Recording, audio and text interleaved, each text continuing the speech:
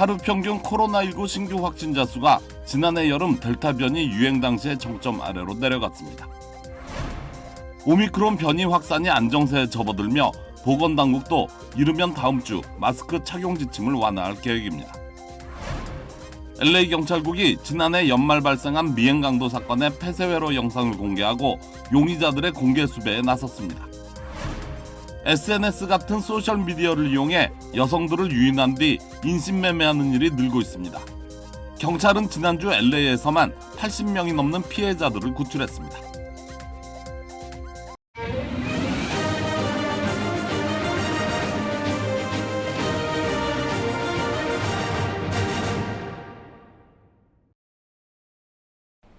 여러분 안녕하십니까? KBS 아메리칸 뉴스입니다.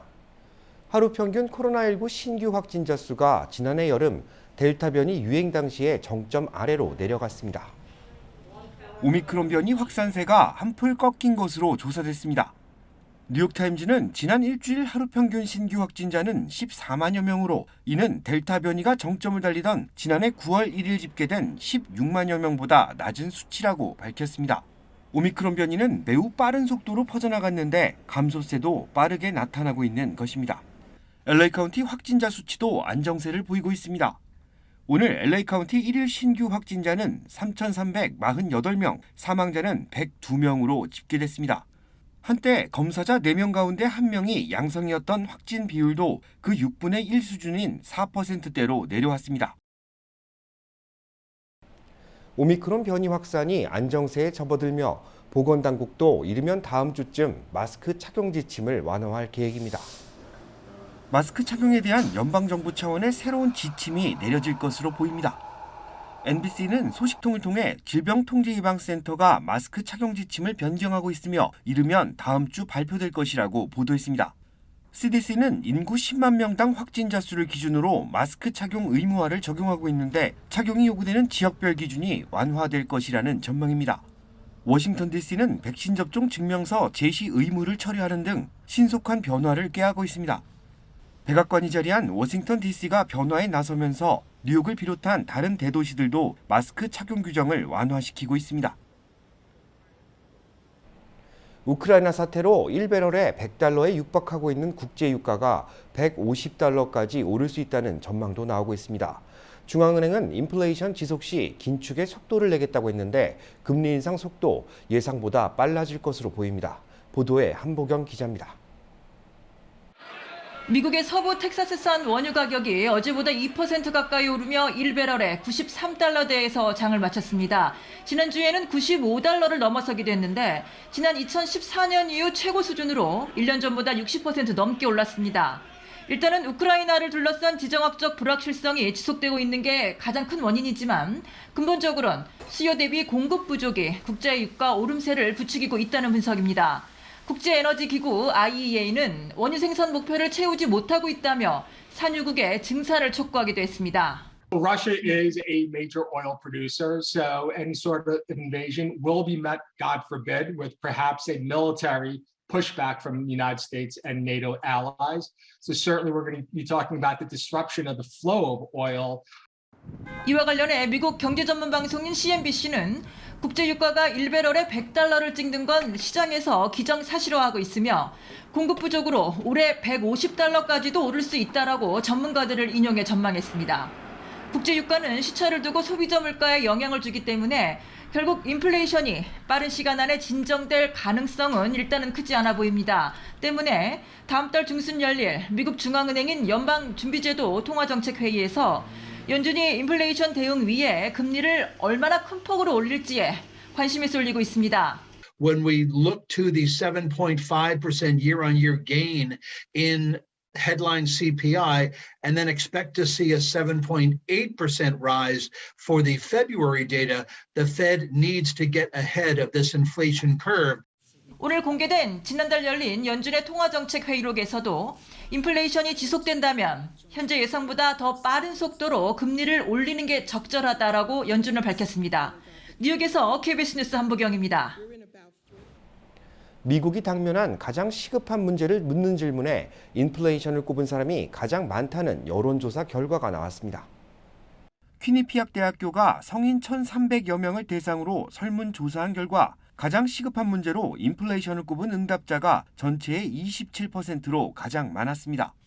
이어 이민자 문제 12%, 코로나19가 10%, 기후 변화가 9% 순이었습니다. 한편 현 정부의 경제 정책에 대한 지지율은 33%로 바이든 대통령의 평균 지지율인 35%보다 낮았습니다. LA 경찰국이 지난해 연말 발생한 미행 강도 사건의 폐쇄 회로 영상을 공개하고 용의자들의 공개 수배에 나섰습니다. LA 다운타운에 있는 한 주차장, 검정색 SUV 차량에서 남성 용의자들이 내리더니 엘리베이터를 타려는 2명의 남성에게 권총을 겨누고 협박합니다. 이들은 피해자들을 제압한 뒤 스마트폰과 자동차 열쇠를 빼앗고 유유히 주차장을 빠져나갔습니다. 주차장에서 대기하던 SUV 차량 조수석에 한 명이 탑승했고 또 다른 한 명은 피해 남성의 차를 몰고 도주했습니다. LAPD는 이 사건에 남성 3명이 연루됐으며 사건 발생 후 칼라바사스에서 발생한 미행 강도 사건과 동일범이라고 밝혔습니다. 경찰은 지난달 26일 용의자 중 1명을 체포했습니다. 연방수사국은 폐쇄회로 카메라에 담긴 또 다른 2명의 용의자의 체포에 도움이 될 만한 정보를 제공할 경우 $10,000의 보상금을 지급할 것이라고 밝혔습니다. 소셜미디어를 이용해 여성들을 유인한 뒤 인신매매에 활용하는 범죄가 늘고 있습니다. 합동치안당국은 지난주 LA에서 80명이 넘는 피해자들을 구출했다고 밝혔습니다. 박시몬 기자가 취재했습니다. 인신매매 피해 여성을 구출하라. 오퍼레이션 리클레임 앤 리빌드로 명명된 이번 작전에는 80개가 넘는 경찰 유닛들이 참여해 남가주 각 지역에서 동시다발적으로 움직였습니다. 이번 작전으로 LA 카운티 셰리프는 지난 한 주에만 성인 74명, 어린이 8명을 구조했습니다. 또 이와 관련된 용의자 34명을 체포했습니다. LAPD는 194명을 체포하고 4명을 구조했습니다. 이번 작전으로 남가주에서 체포된 용의자는 모두 413명입니다. We and our partners stand with each victim of this heinous crime. You are the focus of this endeavor. We're here for you. We're here to help you reclaim your freedom from the binds of sex trafficking and to provide you the support and tools to rebuild your lives. 경찰은 소셜미디어 등을 이용한 인신매매 범죄가 기승을 부리고 있어 이에 가장 취약한 10대들을 지키기 위해 이번 작전을 기획하게 됐다고 설명했습니다. 하지만 용의자를 검거해도 기소가 제대로 이루어지지 않고 있다며 검찰의 불만을 나타냈습니다. But one of the things that is disturbing is a lack of prosecution.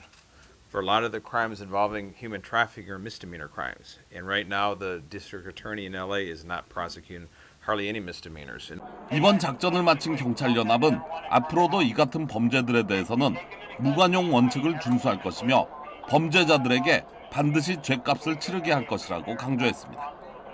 KBS 뉴스 박시몬입니다. LA시 검사장에 출마한 리차드 김 후보가 한인들의 지지를 호소했습니다. 김경일 기자가 취재했습니다. 한인 최초로 LA시 검사장에 출마한 리처드 김 검사는 자신이 검사가 된 이유가 LA 폭동 때문이었다고 밝혔습니다. 20살 때 한인타운이 불타고 있었지만 자신이 할 수 있는 일이 없어 한인들이 약자가 되지 않도록 대변하고 싶었다고 합니다.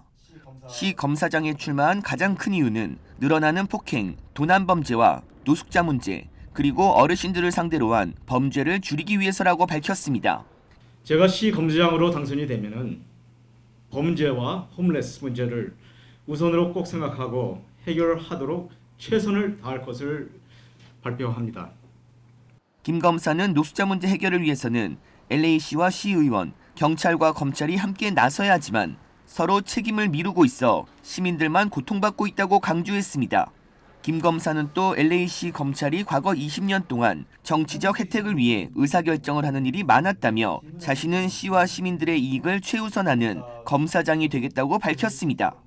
제가 만약에 지금 출마를 하면 저는 정치인으로서 출마하는 게 아니고 저는 우리 회사가 좀 제대로 운영이 되고 좀 제대로 된 리더십이 있기를 바람으로써 제가 지금 우리 다른 그 검사 동료들한테도 그런 식으로 얘기를 했고 그래서 출마를 하는 거죠. 김 검사는 7명 시 검사장 후보와 경쟁하고 있습니다. 김 검사는 LA시에 있는 4만여 명의 한인 유권자들이 꼭 투표해주길 당부하며 한인들의 지지를 호소했습니다. KBS 뉴스 김경일입니다. 샌디욱 초등학교 총기 난사 사건 피해 유족들이 총기 제조사로부터 거액의 보상금을 약속받았습니다. 윤범수 기자가 취재했습니다. 샌디욱 총기 난사는 어린아이들이 대거 희생된 최근 10년간 가장 큰 참혹했던 사건입니다. 20명의 어린 1학년 학생들 그리고 6명의 교직원까지 학교로 난입한 범인의 무차별 총기 난사에 고귀한 생명을 잃었습니다.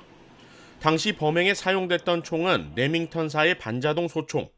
유족들은 이후 총기 제조사가 대량 살상용 무기를 일반에 그것도 폭력을 조장하는 방식의 마케팅을 통해 판매했다며 소송을 제기했습니다. We've continued our fight to hold Remington accountable for its role in prioritizing profit above safety and using reckless marketing techniques to appeal to at-risk and violence-prone young men. 그리고 9명의 희생자 유족들은 소송 7년 만에 총기 제조사로부터 모두 7,300만 달러의 보상금을 받기로 합의했습니다. 레밍턴사는 또 총기 참사에 사용된 무기의 마케팅 관련 계획 등 수천 건의 내부 문서를 공개하는 데도 합의했습니다.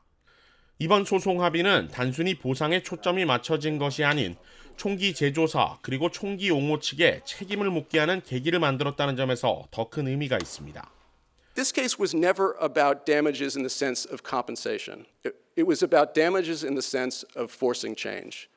It was about damages in the sense of realizing the goals of these families to do whatever they can to help prevent the next Sandy Hook. 특히 지난 월요일은 플로리다주 파클랜드 고등학교 총기 참사 4주년이기도 했던 시점이라 이번 소송 합의를 계기로 미국 내 총기 규제 도입 여론에 다시 힘이 실릴 것으로 보입니다. KBS 뉴스 윤범수입니다.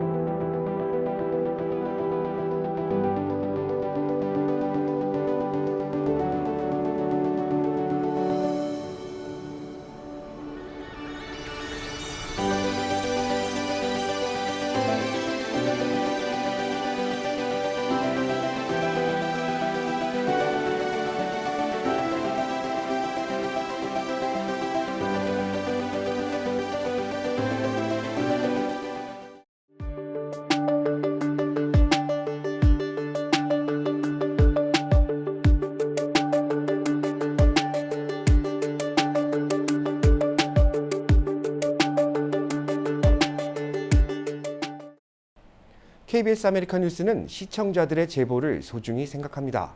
오늘 뉴스 마칩니다. 고맙습니다.